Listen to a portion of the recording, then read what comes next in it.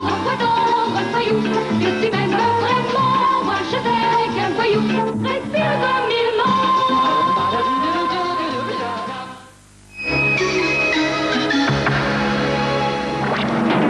On n'a pas toujours l'âge de ses artères. Avec Catherine Deneuve et David Bowie, ça va saigner. Les Prédateurs, soirée fantastique, jeudi 28 janvier sur la 3.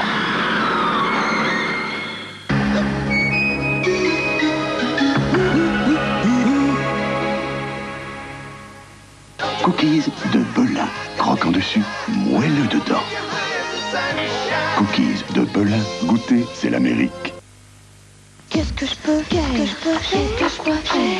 Qu'est-ce que je peux faire? Qu'est-ce que je peux faire? Non, Michael, faites-leur un iroquois.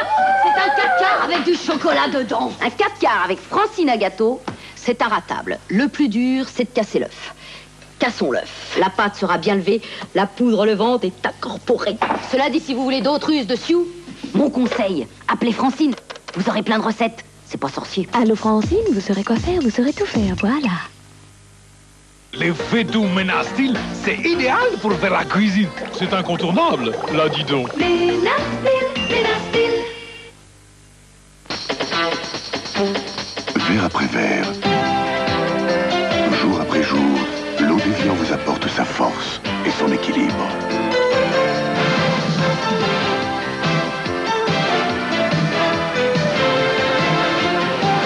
Évian, la force de l'équilibre. Graphique de Garnier. Envie de modeler vos cheveux? Oui. Spray modelant graphique. Aux racines, sur la longueur, travaillez vos cheveux. C'est la nouvelle technique pour donner du mouvement.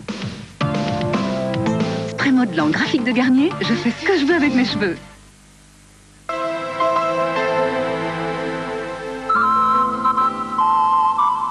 Tout l'arôme des grands arabicas. La force d'un peu de robusta. Pour un café plein de rondeur et de saveur.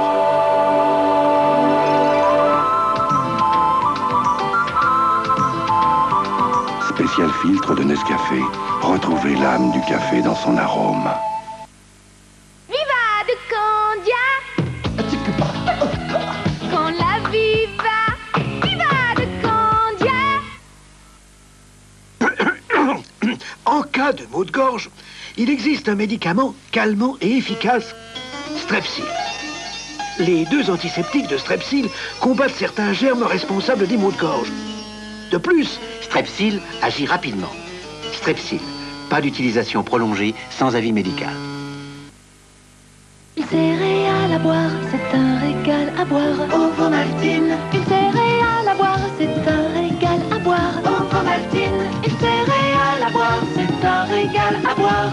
Céréales à boire. Ovomaltine. Une petite revanche au tennis, Michel? Ah non, là vraiment je peux pas, là. Ah bon? En forme? Ah si. Courir au petit matin, parfait. Une partie de tennis à l'heure du déjeuner, 8 heures d'ordinateur dans la journée, tout ça, ça me va. Mais pas tous les jours. Tenez, mon petit Michel. Une le matin et une à midi. Pharmaton contre la fatigue physique et intellectuelle. Pharmaton. Sauvage, mange du lion, c'est bon, c'est sauvage, pour rugir de plaisir. Mouline est magie, elle nous ensorcelle, elle est si bonne, elle est si belle. Pleine de beaux légumes, elle est unique, si riche et si bien tournée. Elle est magique, Magie. moi je l'aime, depuis que je suis tout petit. Mouline magie. Une solide envie de souper.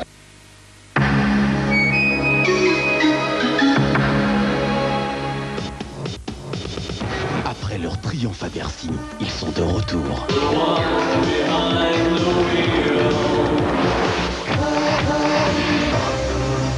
Énergie et FR3 présentent Dépêche Mode en tournée dans toute la France.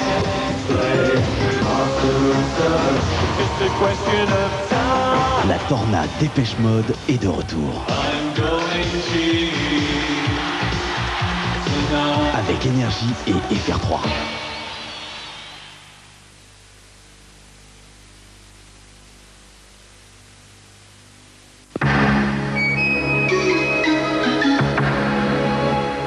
Libération actuelle, Libération Serge Julie, actuelle Jean-François Bizot. Je veux dire, quand on fait de l'information, mieux vaut attraper de l'information que de ne pas en attraper. Hein. Le bien, le mal. Et en plus, dans les journaux, il est vrai que c'est un problème de montrer le bien, parce que le bien est considéré comme chiant. Le patron de Libération face au directeur d'Actuel dans Océanique, animé par Pierre-André Boutan. Lundi 22h30 sur la 3.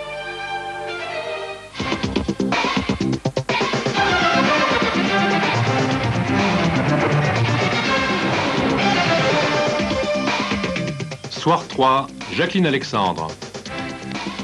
En Belgique, la confession d'un ancien gendarme éclaire d'un jour nouveau les crimes des tueurs fous du Brabant. Ils auraient eu partie liée, dit-il, avec des groupes d'extrême droite et aussi avec des responsables de la sûreté belge. Meurtrier d'un commissaire de police à Paris il y a 22 ans, le beau Serge, qui comparaît devant les assises de Paris après 13 ans de prison aux États-Unis, dit avoir tout oublié. Le VAL, le métro sans conducteur de Lille, bientôt en service aux États-Unis. Son constructeur, Matra, est en train de l'installer en Floride. François Léotard vient de lancer officiellement ce soir l'année de la danse au cours d'un grand gala réunissant à Paris les étoiles et les grandes compagnies françaises. Bonsoir.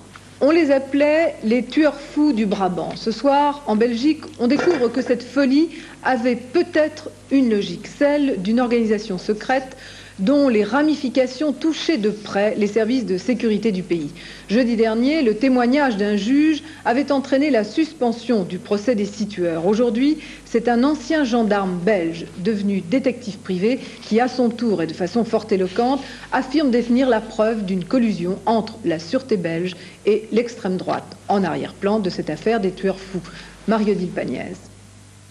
Moi, j'ai commencé à travailler honnêtement, une honnête collaboration, mais je me suis rendu compte, avec l'évolution de certaines enquêtes, qu'ils doivent être mêlés à des événements graves qui se sont passés ces dernières années dans notre pays. Quand vous dites « ils », ce sont des agents de la sûreté, mais pas seulement. Oui, comme je l'ai déjà dit, comme certaines choses peuvent me le laisser paraître, je pense plutôt qu'il y a une création d'une forme d'organisation ou quelque chose comme ça. L'hypothèse d'une loge P2 version belge au sein de la gendarmerie devient de plus en plus plausible. Un mouvement d'extrême droite qui aurait orchestré les tueries du Brabant pour déstabiliser le gouvernement et conduire à un durcissement sécuritaire. Il existe en effet beaucoup de coïncidences entre les actes des tueurs fous et ceux de certains groupes néo-nazis. D'ailleurs, jeudi dernier, le juge Schlicker avait provoqué un rebondissement spectaculaire et l'ajournement du procès de Mons en dévoilant que l'une des armes d'un des massacres du Brabant avait aussi servi à assassiner Juan Mendez, ingénieur d'armement. Un meurtre attribué à l'extrême droite. Robert Beyer lui-même, s'il nie toute participation à ces actes, apparaît comme un maillon de la chaîne qui lirait tueur fou et extrême droite. Les enquêteurs ont retrouvé chez lui un listing d'ordinateurs qui pourrait être le fichier secret de l'organisation. Avant d'être inculpé ce soir, il a donné sa version de l'affaire. Il est clair qu'il y a eu un renforcement des forces de police, etc. Bon, c'est pas pour les quelques milliers de francs qui ont été volés, qu'on tue comme ça des gens. Ce renforcement, on peut tout imaginer, était peut-être voulu par d'autres services amis qui trouvaient que la Belgique et son système policier étaient peut-être un peu laxiste pour un pays qui abrite quand même des institutions importantes comme l'OTAN, comme le marché commun, et qui est quand même une plaque tournante, disons, de l'échange de renseignements, contrairement à ce qu'on pourrait croire. Je crois que je suis bien placé pour pouvoir vous affirmer ça. Ouverture d'un procès peu ordinaire cet après-midi devant les assises de Paris. On jugeait le beau Serge, extradé en France depuis 1985 après 13 années de prison passées aux États-Unis. C'est l'ombre d'un homme qui devra répondre du meurtre d'un commissaire de police en 1966. Jacques Bell. Photographe et caméra cet après-midi pour le grand retour devant la justice de Christian David, 59 ans, alias le beau Serge. Fatigué, la respiration difficile, l'accusé semble même avoir perdu la mémoire. Ses premiers mots: « Comment voulez-vous que je me souvienne, monsieur le président, j'ai tellement souffert ». Le beau Serge du temps de sa superbe. Petit truand lié à la lutte anti-OAS et à l'affaire Ben Barka, il devient un grand criminel le 2 février 66. Ce jour-là, au cours d'un contrôle d'identité à Paris, il abat froidement le commissaire Galibert. Ce dernier aura des obsèques nationales. Ses collègues jurent de retrouver l'assassin.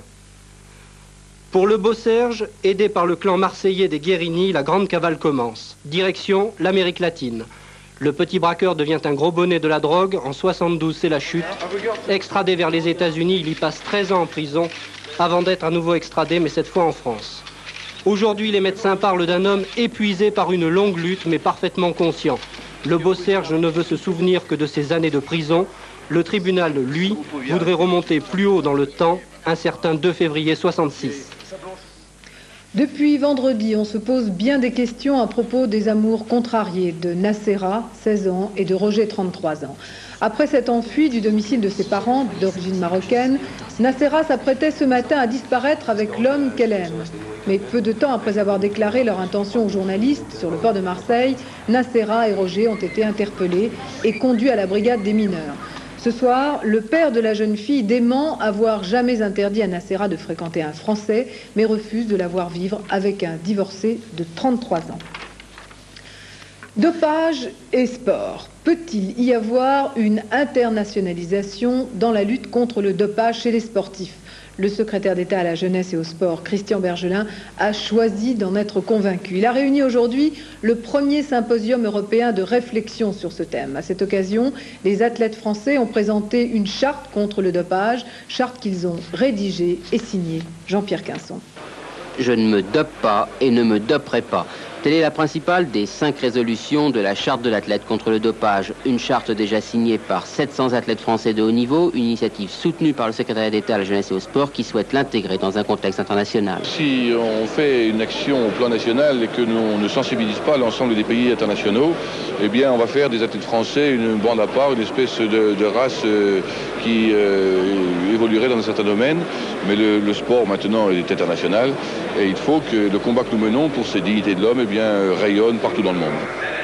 Une volonté internationale qui va se matérialiser par la mise au point d'un même protocole de contrôle dans 10 laboratoires européens. De même, la concertation interfédération devrait aboutir dans un avenir proche à ce qu'une même faute entraîne toujours une même sanction. Des nouvelles règles qui ont quand même leurs limites. Aucun représentant des pays de l'Est ne participait au débat. En matière de dopage, l'option 0 n'est pas encore pour demain. Les parlementaires du Conseil de l'Europe, qu'on appelle